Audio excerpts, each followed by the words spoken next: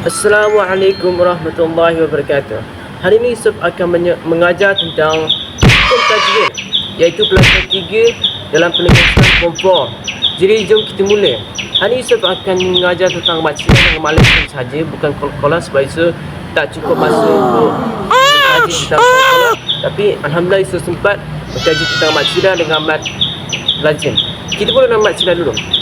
Maksilah ni pada asasnya dia huruf hamzah, domba, harapan yang bertemu dengan harfi mujuzingan, dan dia ada dua, iaitu qasirah dengan tawilah. Kita mula dengan tawilah dulu lah.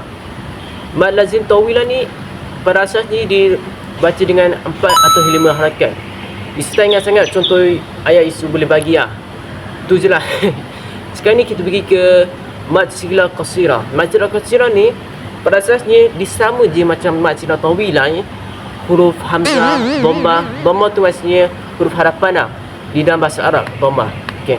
Dan dia bertemu dengan harfi, dan tetapi dibaca dengan 2 harakat. Contohnya ila fir'auna innahu tagha. Macam tu lah.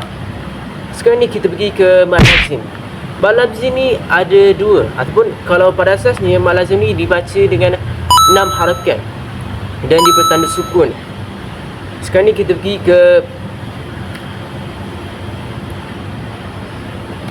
tengah harfi dengan kalimah.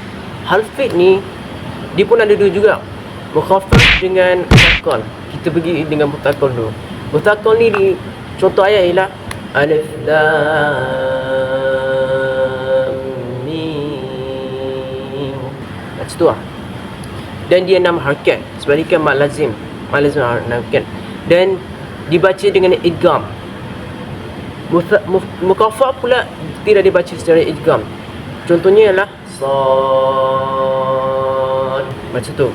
Sekarang ni kita pergi ke akhir sekali, iaitu mad lazim kalimi. Dan kalimi pun ada juga muthaqal dengan mukaffaf macam tu. Muthaqal ni tengok sana.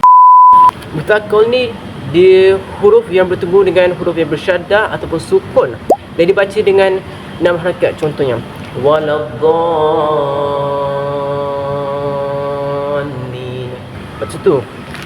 Dan cara nak beza dengan mukaffaf ialah dia tak ada tanda bersyaddah, dia sukun hanya. Kita cuba ingat okey, macam ni. Okey, contoh ayat ialah anama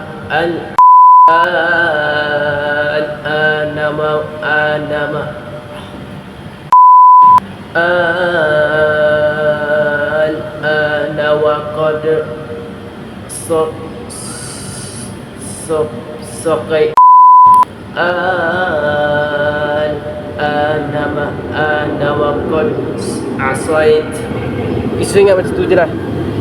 Dan itu je lah yang Isu rasa Isu nak ajar ni. Minta maaf kalau Isu ada salah cakap ke apa-apa, sebab masa Isu nak merekodkan video ni, Isu dah rekod 2-3 kali dah. Jadi mungkin insyaAllah para penonton dapat faham apa yang Isu ajarkan di depan kamera ataupun depan handphone Isu je lah. Dan insyaAllah kita jumpa lagi, ok? Walaupun hari raya, Isu tetap akan konsisten dengan mengupload video-video baru. Okay?